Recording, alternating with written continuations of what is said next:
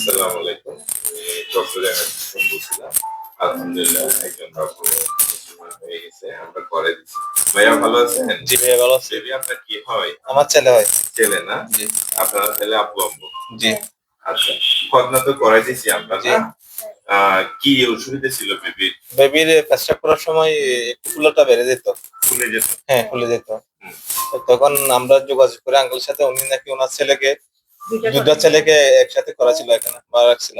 হুম। সেজন্য আমি উনাকে পরামর্শ আমি আপনার কাছে আসি। উনার বাসা কোথায়? আমাদের বাসা হলো বাইজিৎ থানা। বাইজিৎ থানায় করছে। জি।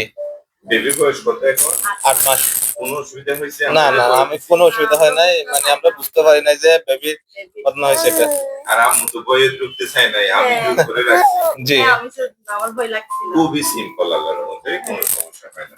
এই যে বাবা এখন বাসায় গিয়ে ব্রেস্ট ফিডিং করাইতে পারবেন সবকিছু আগের মতো। জি, জি। কোনো সমস্যা নেই। একটু সার্ভিসিং করে দিতে হবে। জি, দিয়ে ২ ঘন্টা অবজার্ভে রাখবেন এরপর ছেড়ে দিবেন। জি, জি।